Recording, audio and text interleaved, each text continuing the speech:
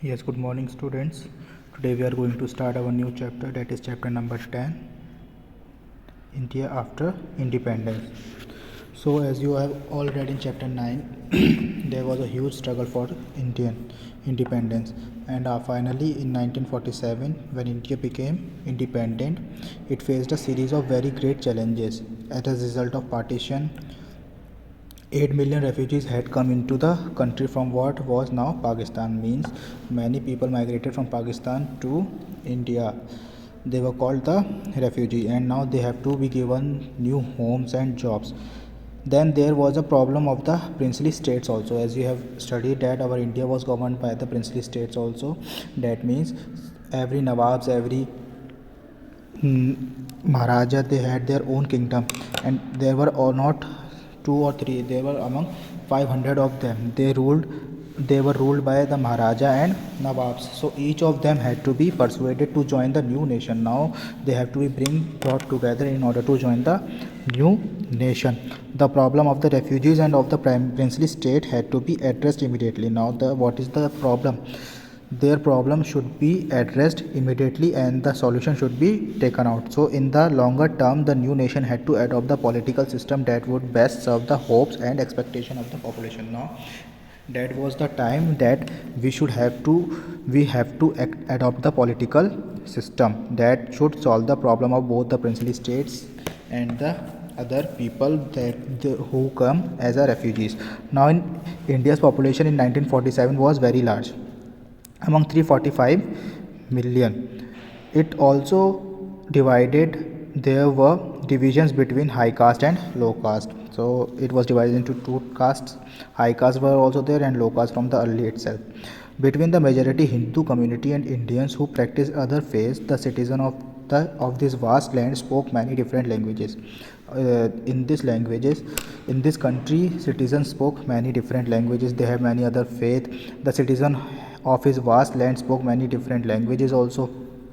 They wore different kinds of dresses, ate different kind of food, they practiced different kinds of professions. So these all the things were very crucial for the citizens of India to how to live together in one nation and one state.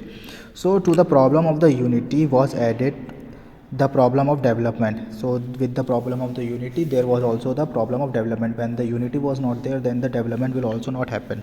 So at independence, the vast majority of Indian lived in the villages. Farmers and peasants depended on the monsoon for their survival. So did the non-farm sector of the rural economy. For if the crops failed, barbers, carpenters, weavers, and other services groups would not get paid for their services either. Means all the things were dependent on the farmers. So the farmers and the peasant depended on the monsoon for their survival. When they got the crops from the monsoon from the land, and they harvest the crop and they sell into the market, then only the barber and everyone could get the prices, otherwise they won't even get the prices. So unity and development had to go hand in hand. Means so unity should be also there and the development also should be there. If the division between different sections of India were not healed, they could result in violent and costly conflicts. High caste fight with the low caste, Hindus fight with the Muslim, and so on.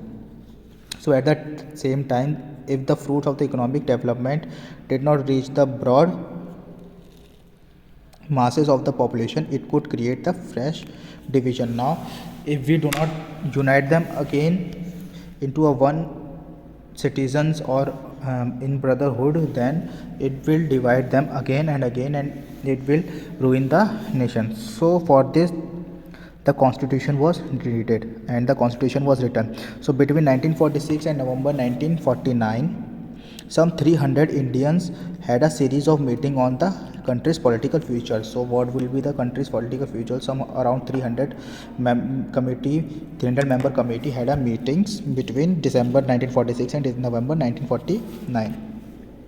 The meeting of this Constituent Assembly were held in New Delhi, but the participants came from all over the India. The meeting was held in the Delhi, but all the participants that belong to different states of India, and they came from all over the India and from the different political parties also. It was not like that only one political party would have given the preferences on the constitution. Rather, it was given by all the members of the political party.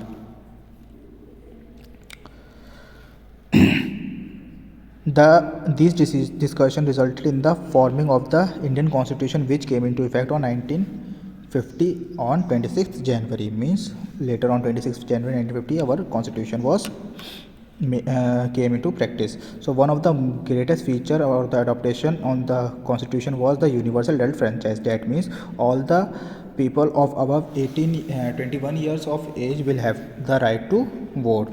So this right to vote was not given into the Indians earlier.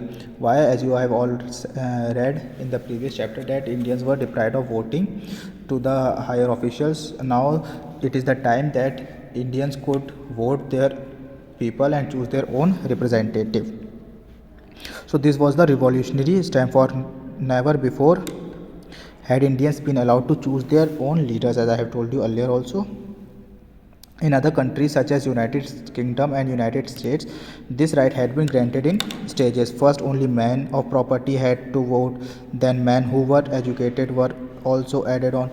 Means they were given in United States and United Kingdom step by step. Suppose some men are voting, those who have the strong property, some literate men are giving the vote. Now then they have added the women also for the giving the vote. Like this they have given into the stages in United Kingdom and United States. But finally, after a bitter struggle of their own, American and British women were granted to vote. On the other hand, soon after independence, India chose to grant his right to all its citizens regardless of gender, class or education. But Indians has decided to give this right without choosing any grant for this citizens regardless of any gender, class or education. The second feature of the Constitution was that it guarantees equality before the laws to all citizens. Means all the persons are equal in front of the law. Nobody is rich, nobody is poor, nobody is minister or nobody is a simple citizen. So beside Muslim, India has also large population of Sikhs, Christian and as well as Parsis and Jains. Under the new constitution they would have the same right as Hindus. So these were in order to give them a equality. So that's all for today. Thank you students.